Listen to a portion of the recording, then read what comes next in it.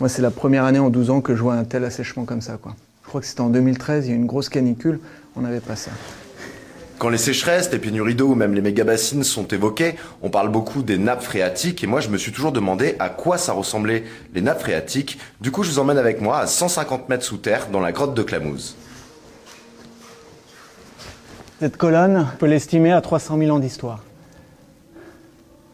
300 000 ans d'histoire climatique et géologique. Toutes les petites stalactites et pailles qu'il y a au plafond, normalement goûtent régulièrement sur cette zone-là. Moi, ça fait 12 ans que je travaille ici. Et qu'est-ce que tu as constaté en 12 ans? Pas mal de choses, notamment en 12 ans, le niveau de la rivière souterraine qui descendait de plus en plus. On peut tabler sur 5 mètres à peu près par an. Le constat outre, ça va être donc l'assèchement, ça va être le risque de fissures, de failles, d'effondrement de certains endroits, de la grotte. Donc là, on va passer par la chatière. Ça, c'est la deuxième. Et après celle-ci, il y en aura 3 autres. Hop. Donc l'idée, c'est que tu t'assois, tu mets tes jambes en avant, et tes jambes, ça te sert de radar. Donc au fur et à mesure que tu avances, tes jambes, elles vont se bloquer ou pas, et à toi de chercher des appuis. Il est déjà en nage, hein, je précise, ça se voit pas, mais... Donc là, ça va être une nouvelle phase un peu chaotique. On va repasser un deuxième siphon. Donc les siphons, c'est très très dangereux. Donc tu vois là, la plage de sable. Avant, on faisait des petites explorations par là pour essayer de descendre plus bas. Mais comme les rivières souterraines ne montent plus, elles brassent plus régulièrement, c'est hyper mouvant. Donc hyper instable. Et c'est le genre de truc où tu peux marcher à 3-4 et puis tout d'un coup, t'as le sable qui va glisser et tu sais pas où tu te retrouves.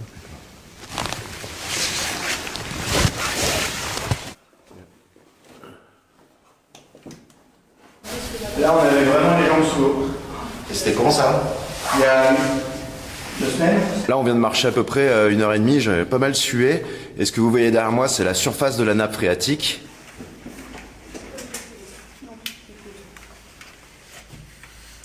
Tiens, on a perdu plus d'1 mètre. Ça? Ouais. Le premier constat, c'est qu'elle a énormément baissé en moins de 3 semaines, parce que c'était la dernière fois où on est descendu et du coup on a mis cette cordelette au niveau de l'eau. Et là actuellement, l'eau elle se trouve, je ne peux même pas la toucher, elle est à peu près 1 mètre en dessous. Ça raconte que la ressource en eau est en train de bien baisser et qu'on risque d'avoir pas mal d'impact du coup sur notre territoire derrière, au niveau des usages de l'eau et au niveau écologie, environnement, etc. Celle-ci, elle alimente 6 villages, soit un peu plus de 5000 personnes. Il faut savoir qu'en France, des nappes phréatiques, il y en a des milliers. On les connaît pas toutes, on peut pas toutes les voir. Elle n'est pas potable là comme ça tout de suite, on ne vient pas se servir avec un verre d'eau à l'intérieur. Et après, elle remonte en surface par ce qu'on appelle le cycle de l'eau domestique. Donc petit cycle de l'eau domestique qui est donc un système de pompage. On va récupérer l'eau, on la fait remonter en surface, on la traite, on la rend potable. Ensuite, on l'envoie soit dans un château d'eau pour la stocker, soit directement dans les canalisations dès qu'il y en a un besoin dans la ville. L'eau des nappes phréatiques, elle représente 2/3 de notre consommation en eau potable et c'est 1/3 de l'eau utilisée par le secteur agricole. Concrètement, ce qu'il y a derrière nous là, ce vide, c'est quoi l'impact là-haut? Oh si ça se vide, c'est trop tard. Alors là, si ça se vide. D'un point de vue spéléo, l'exploration, on va la pousser très très loin. D'un point de vue négatif, il y aura plus d'eau dans plusieurs communes. Ce qui se passe, c'est qu'on a eu un mois de février et mars quasiment sec. Nous, ici, on a des taux de pluviométrie extrêmement faibles qui sont tombés.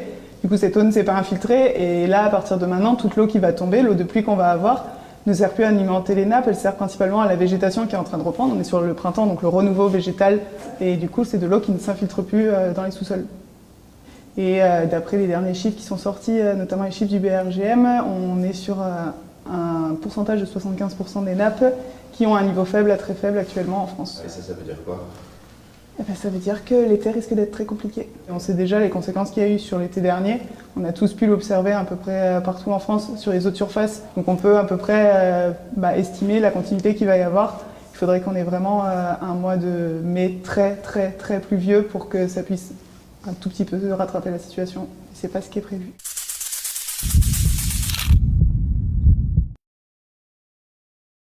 Ça y est, je suis sorti de la grotte. Si vous voulez en savoir plus sur l'état des nappes phréatiques en France ou à côté de chez vous, vous pouvez suivre sur les réseaux le BRGM, il publie 10 bulletins par an.